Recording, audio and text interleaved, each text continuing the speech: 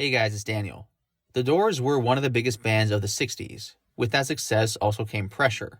Jim Morrison, being the face of the Doors, dealt with the brunt of both the success and the pressure. Jim, who already was an eccentric person, often dealt with this pressure in ways which frustrated the rest of his bandmates. The members of the band already had different personality types to begin with, and as time progressed, their conflicting personalities led to escalating tension. Now, of course, tension within a group is a normal part of the life of a band, especially with a band as big as the Doors.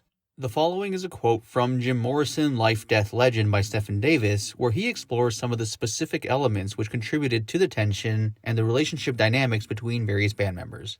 Quote, "In January 1968, the Doors were the biggest band in America. No one else could touch them for talent and mystique. Jim Morrison was faced with writing their next album, which definitely had to be a heavy masterpiece that perfectly captured the intensity of the burning days through which people were living and dying. Elektra Records, the Doors label, was a corporation now, pumped up by the Doors' dollars, and pressure on Jim became unbearable. Jim responded to this creative challenge by becoming a major alcoholic, alienating almost everyone with whom he came into contact, disgracing himself in public, getting blackmailed by street hustlers, ruining concerts with drunken antics, dooming his band, and wrecking his career as a rock star. It was probably the best he could do under the circumstances. There were other pressures on Jim as well. Sometime around the turn of the year, the Doors' hapless managers tried to separate Jim from the group. They took Jim out to lunch and told him that splitting the publishing royalties of his songs with the group would cost him millions by the time he was an old man. They told Jim that he could make much more going out as a solo act with hired musicians. It was a shrewd gamble on their part.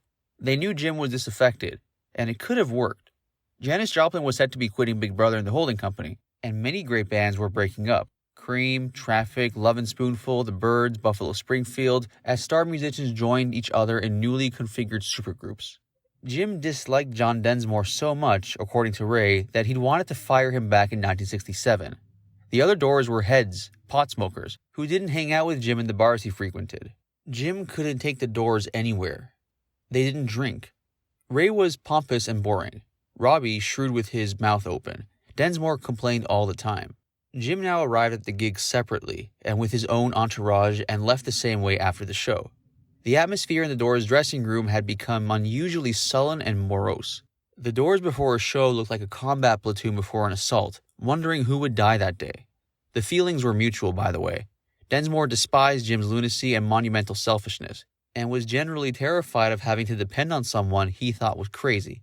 Robby, Densmore claims, also grew to dislike Jim intensely, and began to think of his future with the Doors as a day-to-day thing.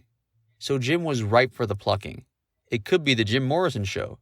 He later said that another record company offered him bribes, a house in Beverly Hills, a Rolls, a $250,000 signing bonus, to let their lawyers break the Elektra contract and sign with them. But Jim just laughed at them. The Doors had a pact, signed in blood, and he meant to honor it. Anyway, Jim probably knew that he had already written his best stuff, his finest work. No one could top the Doors' first two albums. At the next Doors gig, Jim offhandedly mentioned to the others what Sal and Ash had suggested. The next morning, Robby Krieger went to Jack Holzman. The Elektra chief, immensely relieved to be rid of people he considered incompetent, advanced the band $50,000 to buy their managers out. Then, in an act of willful contempt for the business and themselves, the Doors appointed Bill Siddons, their 20-year-old roadie, to manage them, the biggest rock band in America. The hiring process essentially went like this.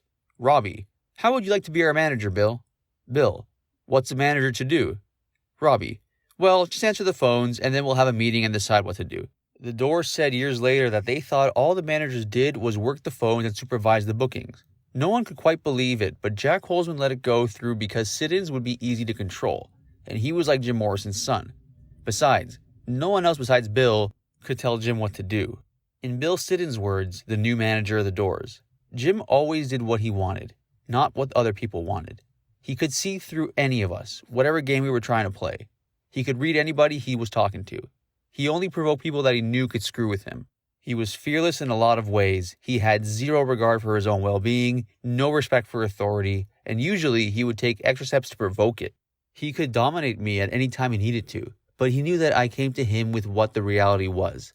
I couldn't make him do anything, but he would respond to me because he knew I was telling him the truth. He'd be like, I don't want to embarrass the kid, so he'd go along with it. He was always the father figure, and I was the son who knew better. That's how it worked.